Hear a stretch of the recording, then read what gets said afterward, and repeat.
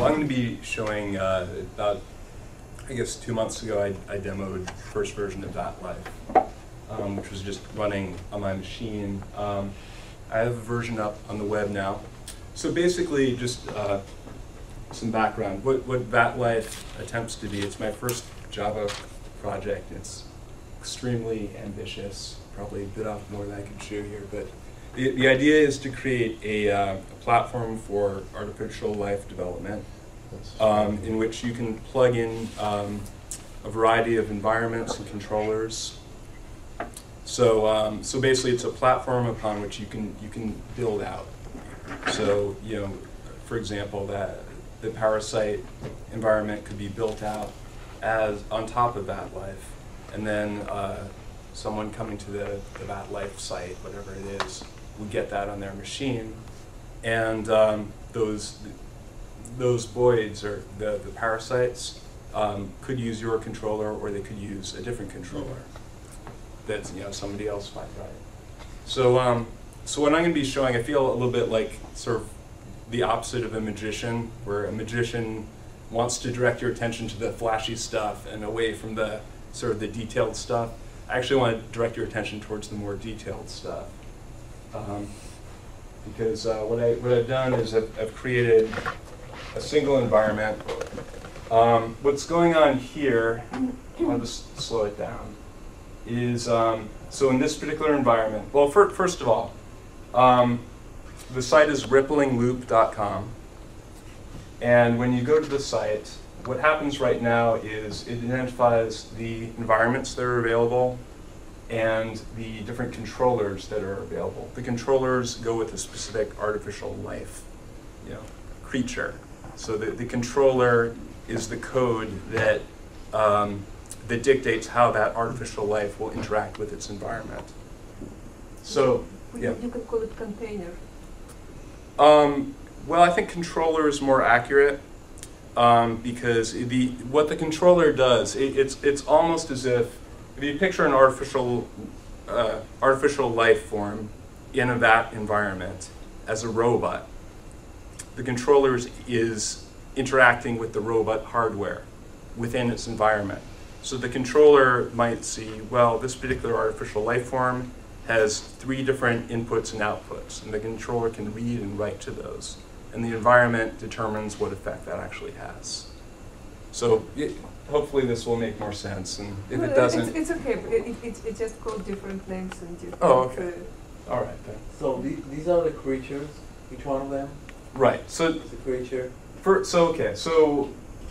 So basically what's happened, we've gone to this site, it's identified that it has, there's an environment. Basically, the environment code and the controller code are stored as separate files, so you could upload your own in theory. So it loads them, and right now it picks one at random. There's only one, so it picks the environment test. And within this particular environment, the critters are polygons.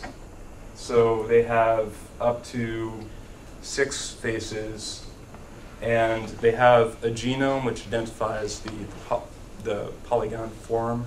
So basically, one letter might indicate, okay, this face is this long at this angle, and so on. And I'll just turn up the speed, just let it run. So what's happening, these lines coming down are sort of sunlight. So, and the critters get energy when sunlight hits them, so they can shade critters underneath them. And when they're gray, it means they're low energy. And you saw that one turn red. It's because it received energy. This one turns green. So which one is higher energy, red or green? Well, okay. What this environment does is, so this environment contains a number of different critters. It randomly generates them with genomes and randomly selects different controllers for them. So some of them are using controller code 1, some of them are using controller code 2. And the environment displays the polygons as red or green depending upon which controller they're using. But they have the same energy level? The brighter they are, the more energy, yeah. regardless of which color. Exactly. Okay. Yeah. So it's just a way of sort of showing which controller is doing better than the other. And how can they control themselves? So red and green are two different controllers? Yes. I see. Yeah. And what are they controlling? How can they control themselves? Right. So in this particular environment, the basic kind of paradigm of Vat Life is that these critters interact with their environment through this generic interface, which basically is so the critter can say, okay, well, how many pins do I have? It might say, well, you have the controller might say, actually, I'm sorry, the controller asks the environment, okay, for this artificial life form, how many pins does it have? The environment might say you have 3.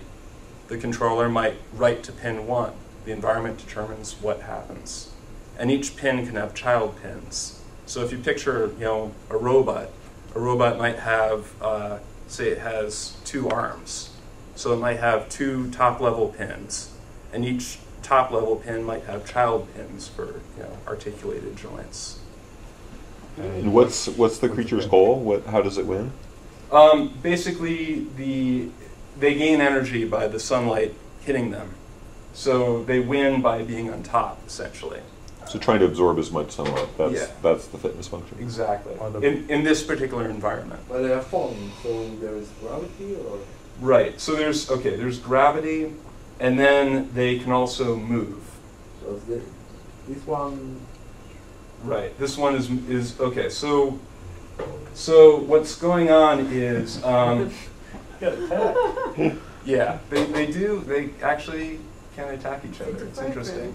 The way the environment interprets the reading and writing of the pins is so again, each critter is represented by a polygon. It might have 5 faces. So that means it has 5 pins. The value of a pin, so the value of pin number 1 is the amount of energy that face is receiving. So does that make sense? Yes. So if that face is up, it's a configurable parameter. Your terminology is more kind of in the hardware. Okay.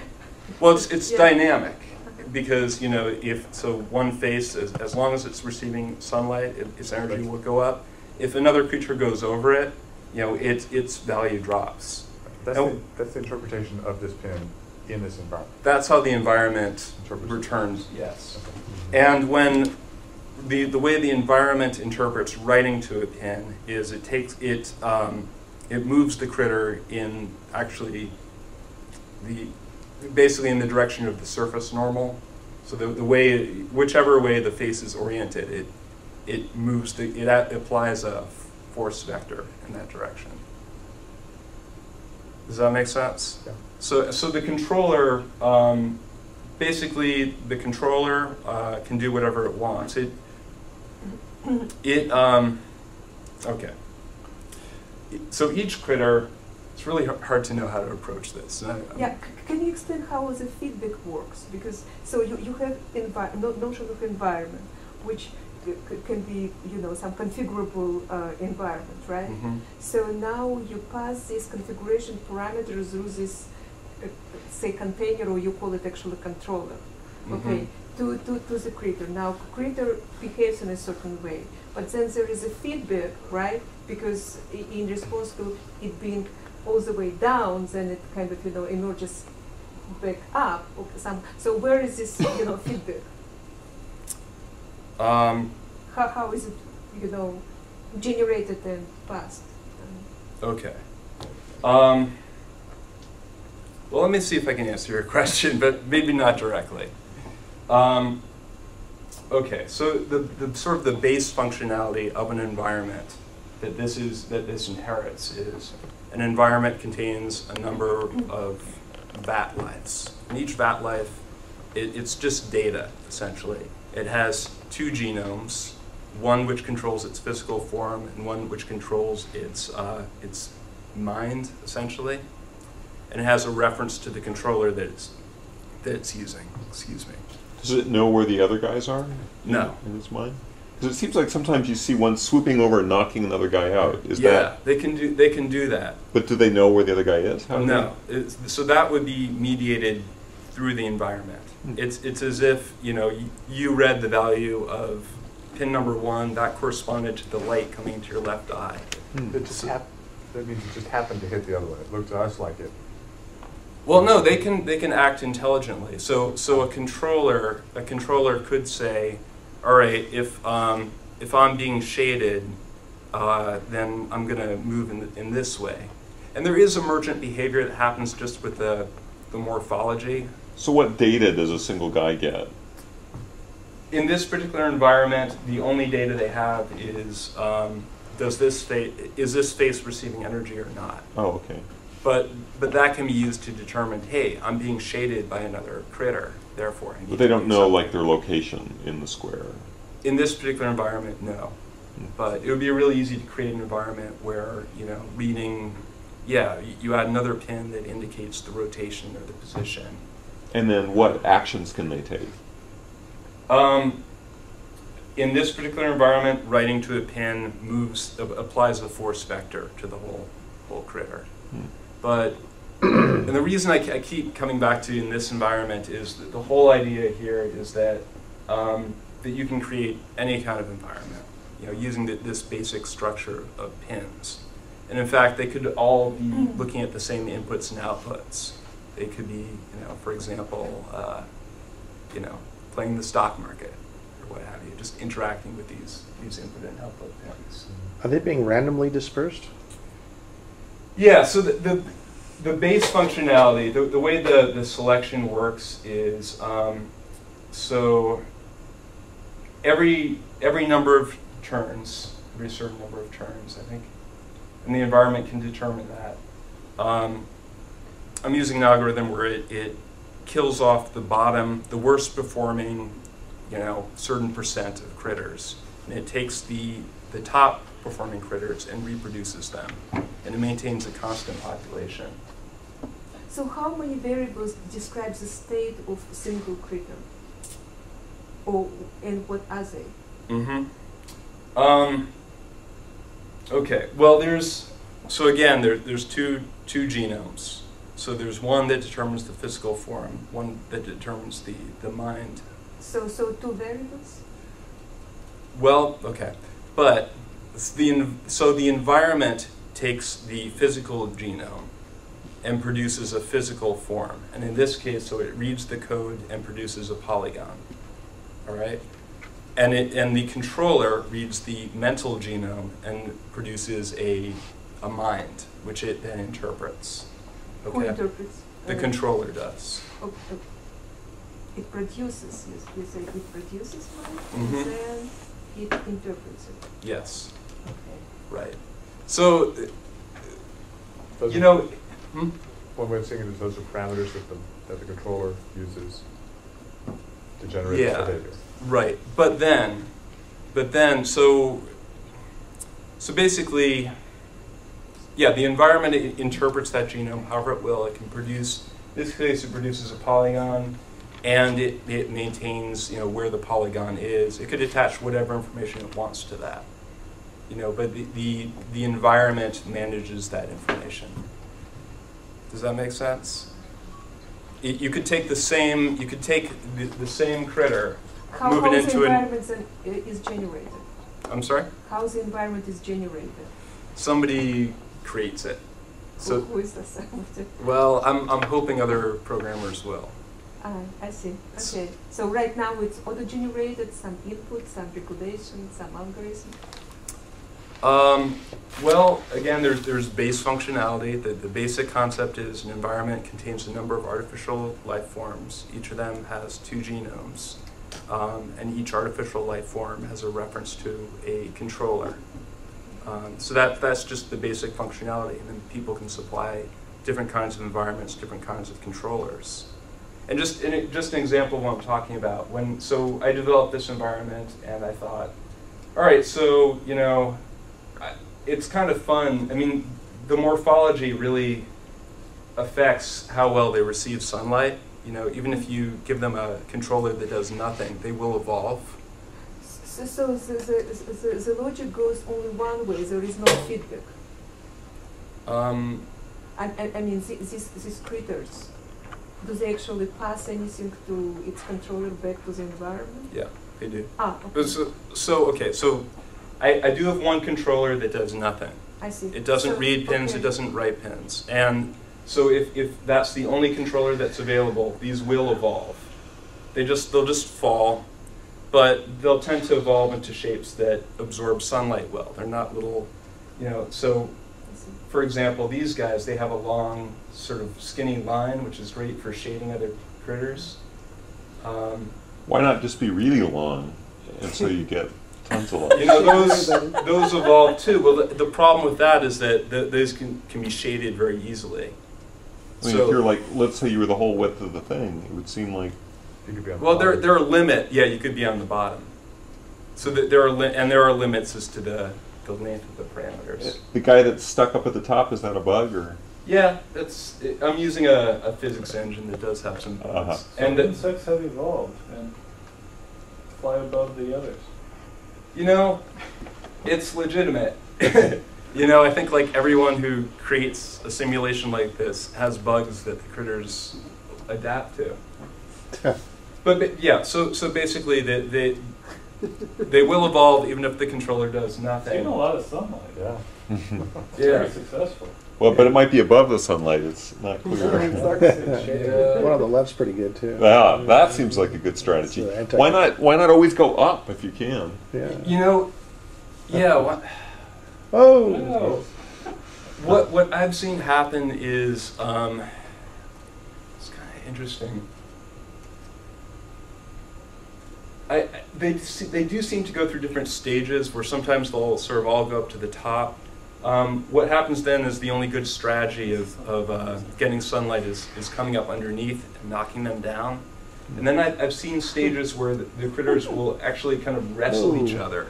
So what they'll do is they'll kind of settle down, and then their strategy will be to kind of move in this kind of curve so they end up on top, which is interesting.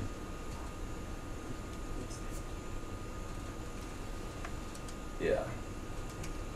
But yeah, so Is there a piece of logic in each of these critters? I mean, they receive input, now there is a processing, some kind of, logic, yes? right. So yeah, I created a controller, it does absolutely nothing. If you select it, they don't move, they don't read their pins, they don't write the pins.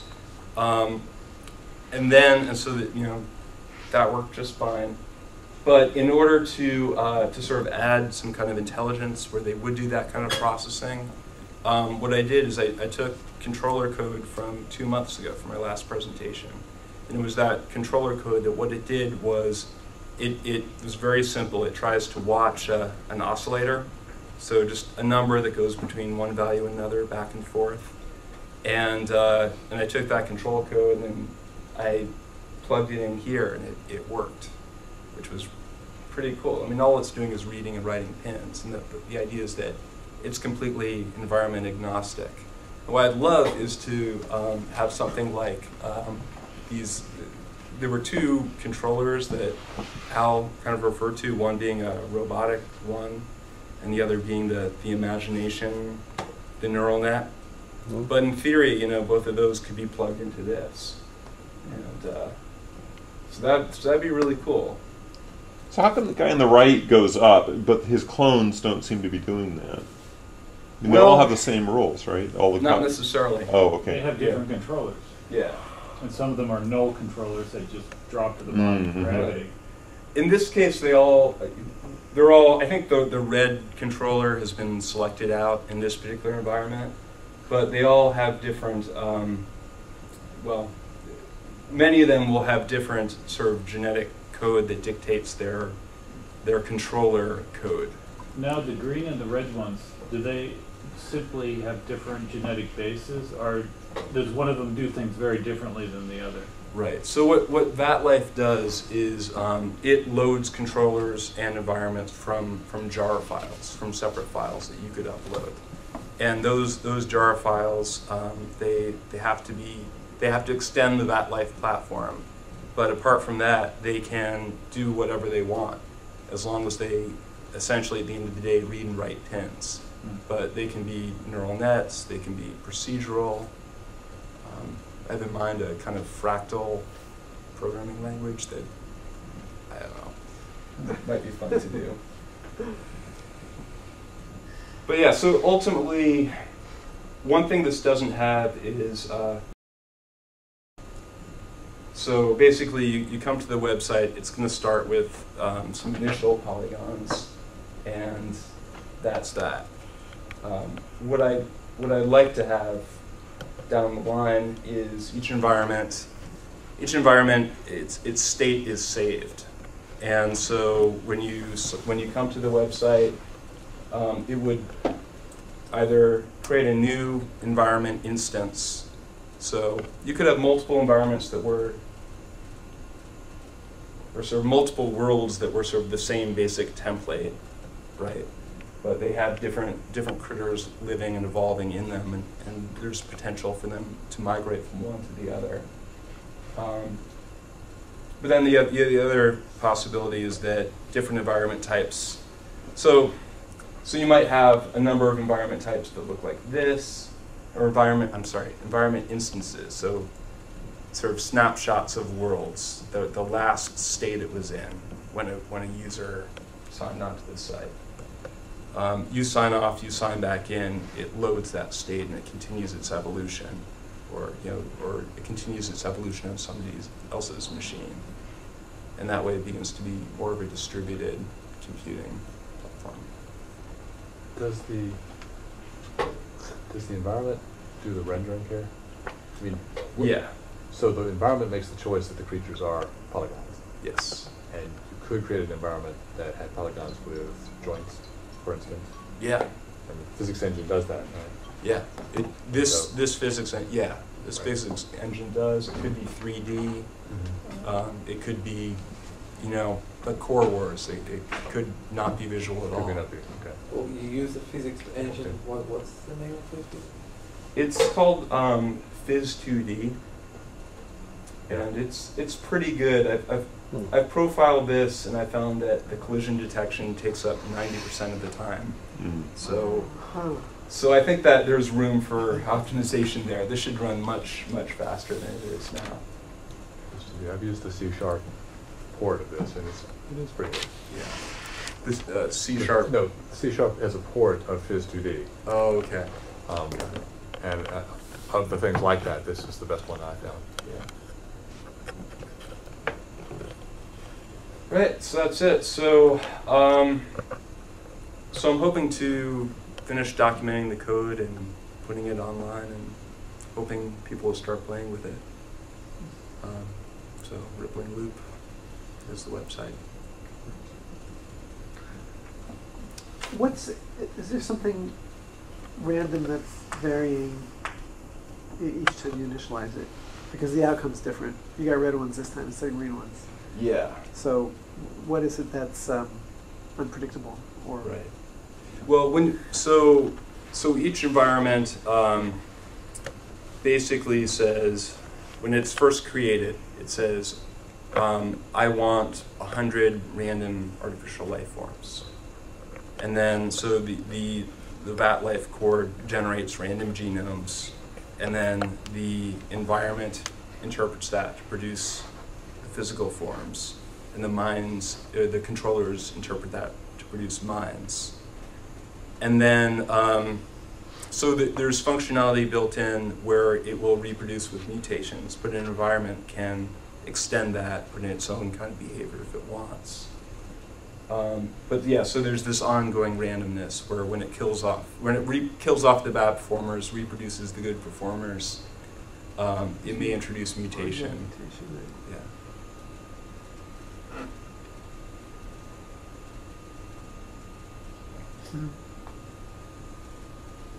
Can you send the link maybe to Osher and Osher? You will be, doing our page, right?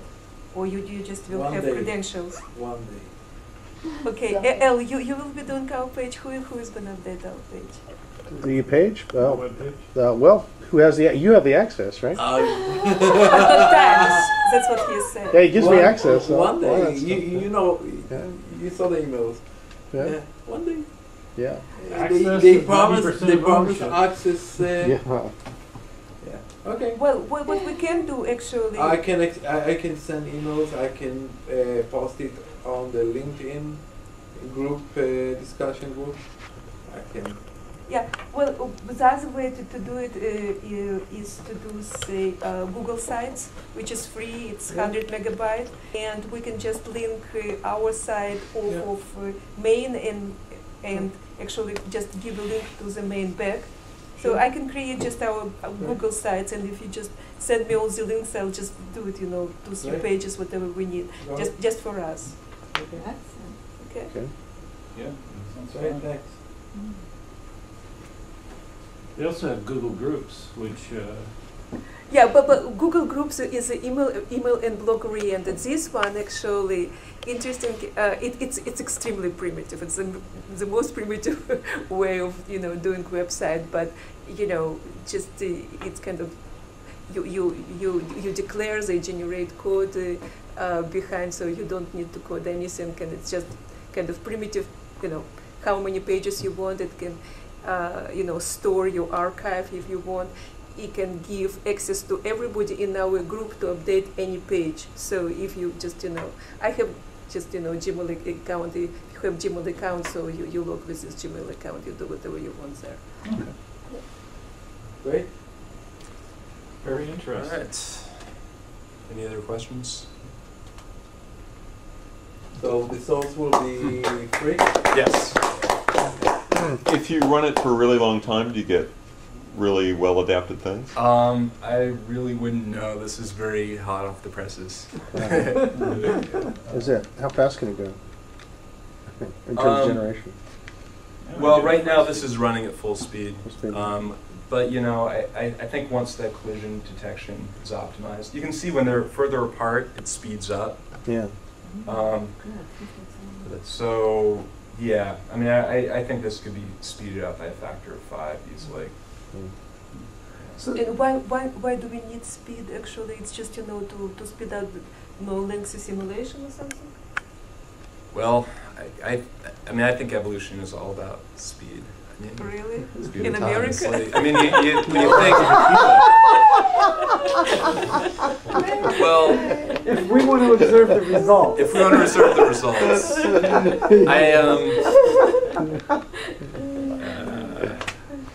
I mean, it took however many billions of years to get to multi-celled organisms on I'm Earth. not arguing. I'm just okay. Yeah.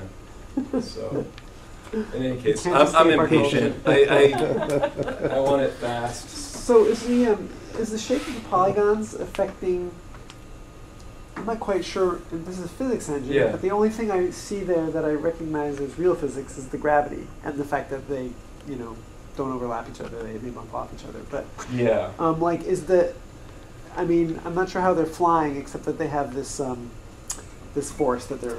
I think it would help if they emitted a little jet. Think of it as like a little jet coming out of the face. So that'd be cool. is there something like is there an atmosphere there? Is there drag? I mean, does the shape of the polygons affect how fast they fall and stuff like that? So, yeah, okay. So this blue line here, basically, I did want to avoid the problem of having them all sort of cluster up at the very top, because that's sort of an easy strategy. So what I did is I sort of made like a water line, and anything above the water line gets a force kind of pushing it back down. So you'll see that they do kind of jump out of the water. Right. Um, Let's have that look. But there is gravity, and I think there's some amount of damping, which I guess you could. It's not quite drag. So the only real selective force on their shape is that you want to have a shape that maybe shades other individuals more, or Yeah. You can be, Also or that kind of absorbs stable. better. you can be stable if you're over against the wall, which seems to be a pretty important one. If you turn off the controllers, you kind of. Well, shall I do that? I Please. can. Oh, to see how they evolve when shape is the only thing they can change. Yeah. So I'll have to get out of here. This is trivial. So here's a list of controllers. And here they are, the separate files. And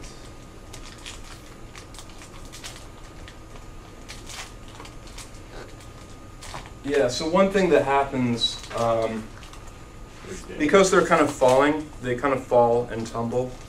The shape, the shape affects how they sort of tumble randomly as well. So they tend to form shapes that sort of tend to land with the surface side up. So the no controller produces the blue result, where the other two were red and Right. green. And we never really saw the blues much before, because they'd always end up being covered up. Yeah, so you see these guys moving, it's actually because it's a physics engine issue that the polygons are kind of overlapping, inside each other. They're hydrodynamic. It's trying to, I think that's what's going on there. Yeah, that is what's going on. But yeah, you can see so initially they're kind of like squiggly, messed up sort of things, and then they've sort of plumped out. This seems like this shape here, this kind of soup pot shape is pretty common. Huh. In the physics engine, is each one a single rigid body Yeah. represented as a point mass? Yeah. The mass isn't distributed over the polygon, which would matter. So this. Yeah, I think the Phys 2D does support a center of gravity, and it does support. They can have different masses. They can have joints. You can have joints, but you'd have to represent it as more than one body in the terminology of the physics engine. I think so. Yeah, I haven't explored that.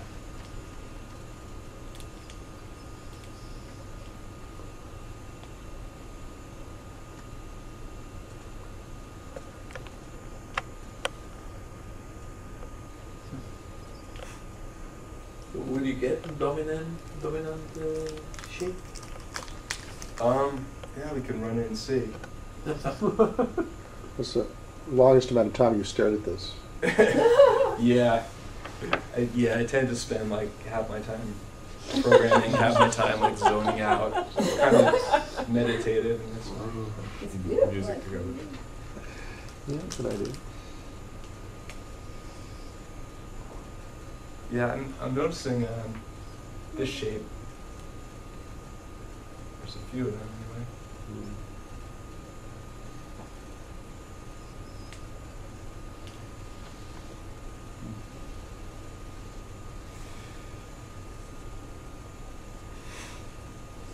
Well, all right, thank you. Okay. Anything else? So, how is next month? The end of the. What's the date? As long as it's not on Halloween. What did you say the default date was? The last The Tuesday? last Artificial Tuesday, life creatures. Oh, there you October go. 28th. 28. Is there- October 28th? Is there any chance of Or of having it in San Francisco again? where? Well, the Internet Archive, for example. When Yeah. Jeffrey comes back, right? Oh, is he away? Why do you want San Francisco? Well, Where is he? He's in Look Canada yourself. teaching. Oh, you live there? yeah. Oh, Well, I guess we live in the other So it's direction. north, but Oh, yeah, really? okay. I just thought I'd put it out. Well, he's been gone for a while, but yeah. What thought I saw? Okay. So, thank you, everybody. Thank you. Well, thank you. You hosting. Yes. Yes. That's really wonderful. Thank you. To circle, with the membrane, and then represent the little dots on the inside edge of the membrane as a swarm. And they would deform the membrane. They would, but the area would always have to stay the same. Inside edge. Yeah, basically, you've got your membrane, and assume you have dots along the inside edge, and these dots can push or pull the membrane, Or the, move it around in different directions. or the tension would go up as the length of the circumference goes up. Yeah.